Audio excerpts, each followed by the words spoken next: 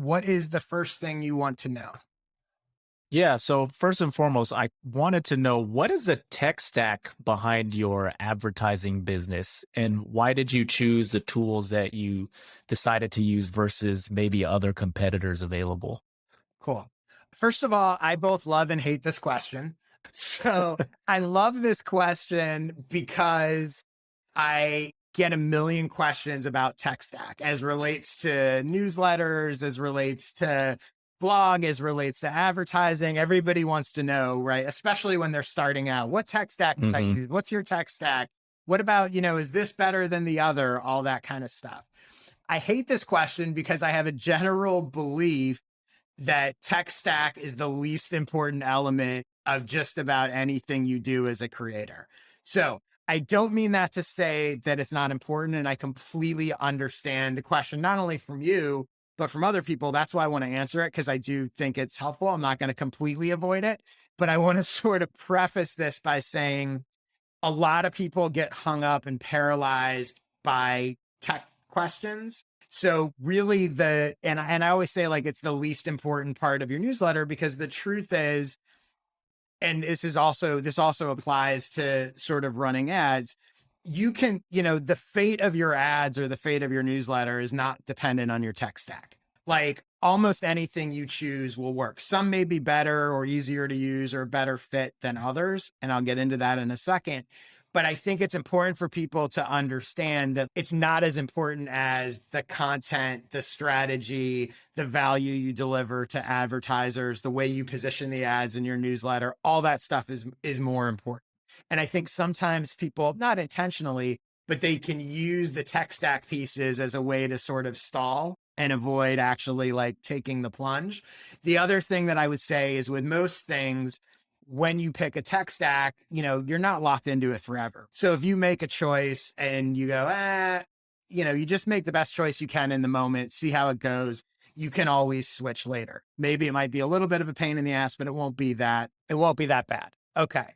So with all of that, let me get into the tech stack that I use.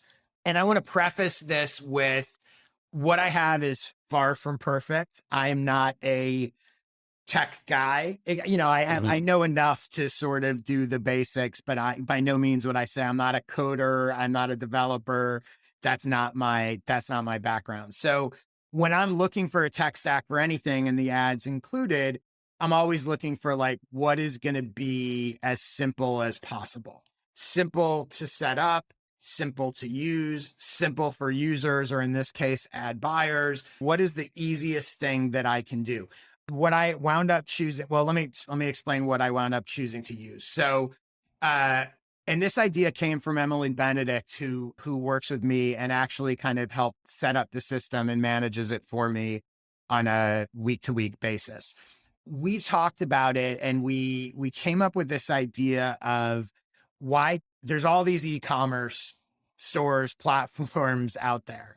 And ultimately, why can't I sell an ad almost like you would sell a t-shirt, right? Why can't I just Hmm. use a storefront and let people buy instead of trying to do something specific newsletter ad related, right?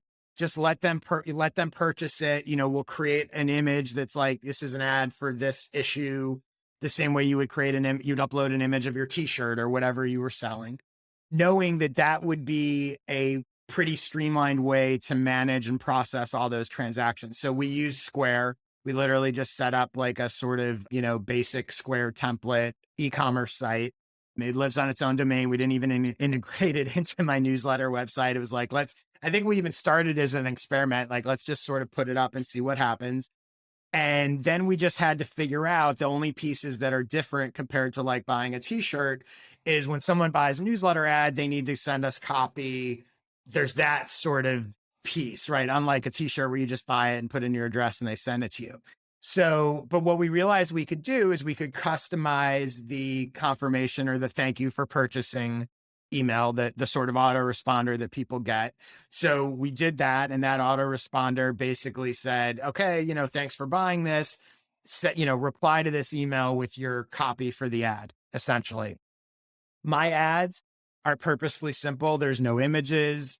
it's literally just a certain character count and one link. And we have those instructions in that autoresponder email that people get when they purchase. So once they purchase, they get that. They send, in theory, they send back their copy. Emily, I said, again, manages all of this, right? So she sees it. And what she does then, this is manual, right? But she'll copy and paste their copy into just a Google Sheet that she's set up. Mhm. So when it comes time for it to go in the newsletter, all I have to do, I don't actually see any of the stuff that's going on in Square and her emails and replies with them, right? It's all going to her. I just go into a Google Sheet that has the copy she's gotten from buyers, and I literally am just copying and pasting it into my newsletter. So yes, there's a little more, like if she wasn't doing that, there'd be a little more work for me. But even what she's doing is relatively basic because people are just buying, they're replying back with their copy, and then she's adding it to a Google Sheet. I'm just cutting and pasting it into my newsletter. So from a tech standpoint, all it really is a Square site and a Google Sheet, right? And then me cutting and pasting into my newsletter, which is powered by ConvertKit.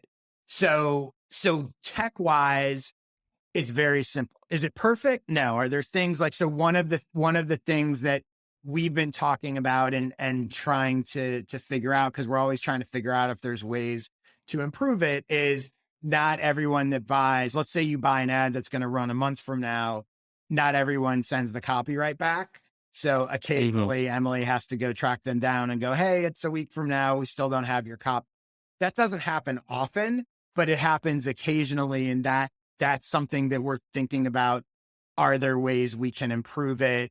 Are there, do we take buyers and put them into some kind of ConvertKit, like autoresponder thing where if they haven't sent the copy, they get a reminder? But even that is pretty minor, right? So it's a little bit of a pain in the ass, but it's not that bad.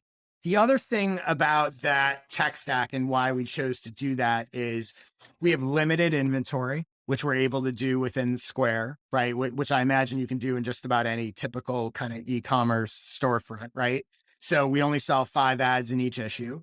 So we're able to do that automatically, right? We set it to there's 5 of those items. And then when people buy, the numbers automatically go down and they can automatically see when it's sold out. It works perfectly for that.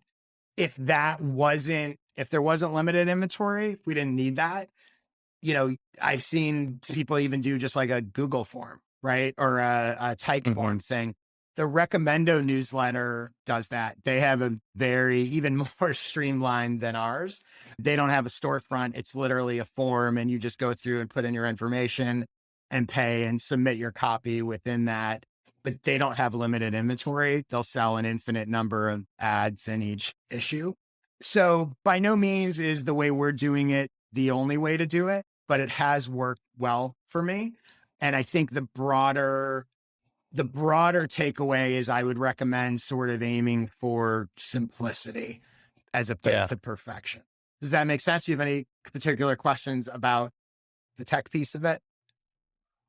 No, that's pretty clear to me.